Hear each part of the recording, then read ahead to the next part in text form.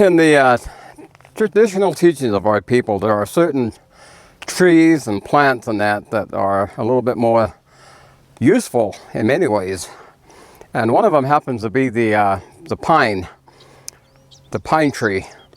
And in the language of our people, the pine tree is called Dilkis. And the pine tree actually produces what is known as the pinon, or sometimes people call it pine nuts. But the annual harvesting of the pine nut was a big event in the traditional ways of our people. Wherever there were going to be a good amount of pine trees, they would go there and they would camp out for as long as it took to harvest as much as they possibly could. After they collected several hundred pounds of the pine nuts, then that would be complete.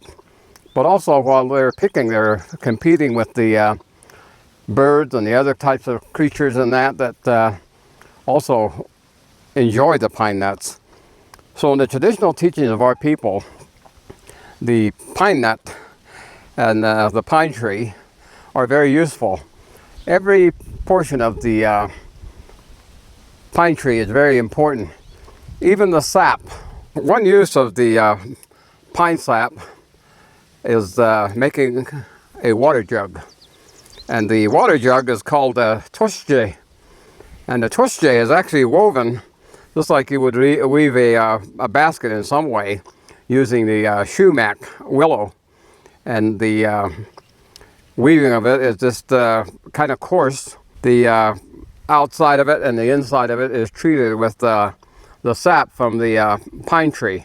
And when you actually collect the sap, it's the hard kind, not the one that is really sticky yet, that just seeps out of the tree. If you get the ones that are hard, they look a little nugget of amber, and they are that same color, it's an amberish color. And you heat it up and you kind of let it kind of take a liquid form. It's kind of a real, maybe more like a texture of tar.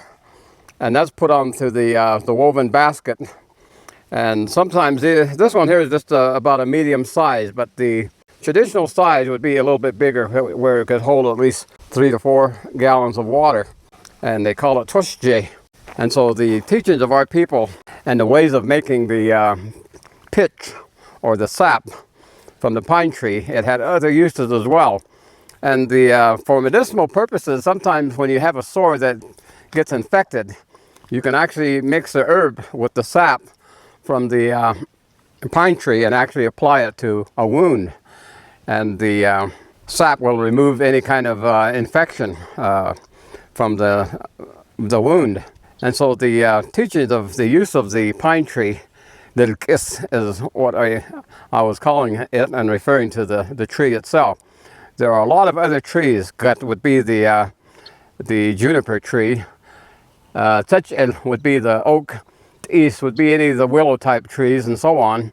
And there are a lot of different types of trees and that are used for different purposes, but I've just shared with you just a small part of what the pine tree is used for.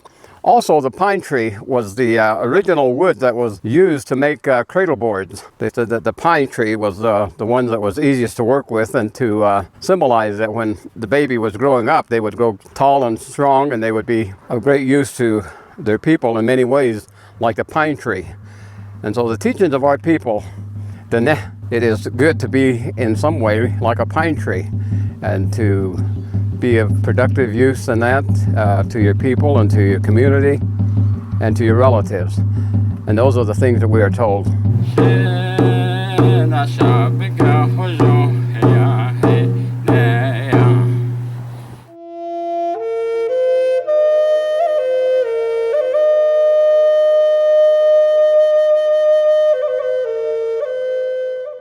Hey, thanks for watching our videos. If you like what you see, don't forget to subscribe and hit that notification bell so you never miss one of our uploads. Also, head over to our website, NavajoTraditionalTeachings.com. Sign up for our email list. Okay.